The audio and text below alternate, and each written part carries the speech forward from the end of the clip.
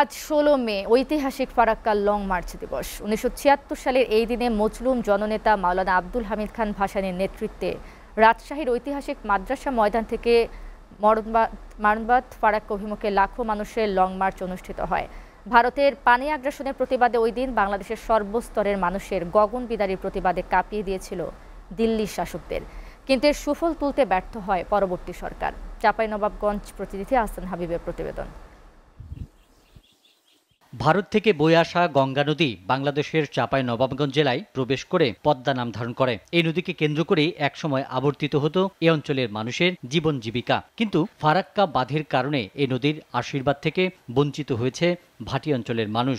ভারত এই নদীর উজানে ফারাক্কা বাঁধ নির্মাণের পর বদলে যেতে থাকে এই নদীর গতিপথ ও মানচিত্র। ফারাক্কার বিরূপ প্রভাবে ধীরে ধীরে মরুকরণের দিকে এগুচ্ছে চাঁপাইনবাবগঞ্জ জেলা। অনেক অঞ্চলে কৃষিকাজ করা যাচ্ছে না। সংশ্লিষ্টদের মতে এই বাঁধ নির্মাণের আগে শুষ্ক মৌসুমে ৬০ থেকে ৭০ হাজার কিউসেক পানি আসতো বাংলাদেশে। এই অঞ্চলটা ছিল পাকা উজিরপুর ইউনিয়ন, যেটা মানচিত্র থেকে বিলীন হয়ে গেছে। আর আবার পিছনে হলো ১ নম্বর স্পার, এরকম ৮টা স্পার ছিল, ৪টা স্পার চলে গেছে নদীগর্ভে।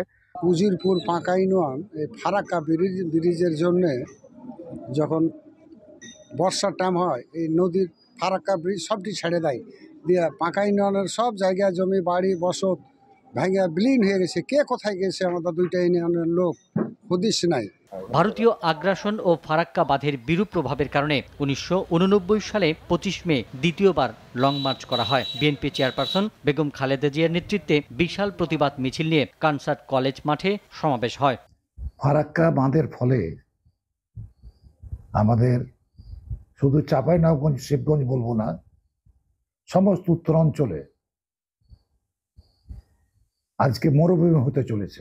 বৈষম্যমূলক চুক্তিগুলো পর্যালোচনা করার প্রয়োজনীয়তার কথা জানালেন অনেকেই। জানান, চুক্তি সুচারুরূপে বাস্তবায়ন হয়নি বলেই আজকের এই পরিণতি। ফারাক্কার মতো এই ধরনের বাঁধ দেওয়ার কারণে আমরা কিন্তু সেই নদীর যে ব্যবস্থা, সেই ব্যবস্থা এবং যোগাযোগ ব্যবস্থায় পুরোপুরি আমরা দেখছি আর আমরা ব্যবহার করতে পারছি না। অর্থাৎ আমরা খোলা চোখে শুধুমাত্র পানি আসছে না, এইটা যে সমস্যা, সেটার কিন্তু একটা বহুমাত্রিক রূপ আছে। এটা আমাদের কৃষি কাজের উপরে প্রভাব ফেলছে, এটা আমার শিল্পের উপর প্রভাব ফেলছে, এটা আমার যোগাযোগ ব্যবস্থার উপরও প্রভাব ফেলছে। SATV news desk.